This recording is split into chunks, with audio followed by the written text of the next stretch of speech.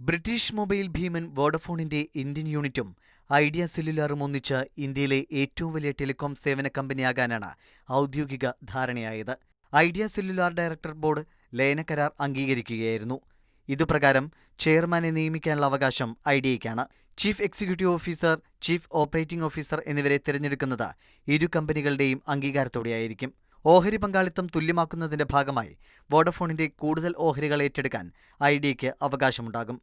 നിലവിൽ 24% വിപണി വിഹിതത്തോടെ എയർടെല്ലാണ് രാജ്യത്തെ ഏറ്റവും വലിയ മൊബൈൽ കമ്പനി. 19% വിപണി വിഹിതമുള്ള വോഡഫോണും 17% വിപണി വിഹിതമുള്ള ഐഡിയയും ലയിക്കുന്നതോടെ പുതിയ കൂട്ടുകെട്ടായിരിക്കും രാജ്യത്തെ ഏറ്റവും വലിയ മൊബൈൽ ഫോൺ സേവനദാതാക്കൾ. വിപണിയുടെ 43% വരുമാനവും 40% വരിക്കാരും ഇവർക്ക് സ്വന്തമാകും. നിലവിൽ ജിയോയ്ക്ക് 10 കോടി വരിക്കാരാണുള്ളത്.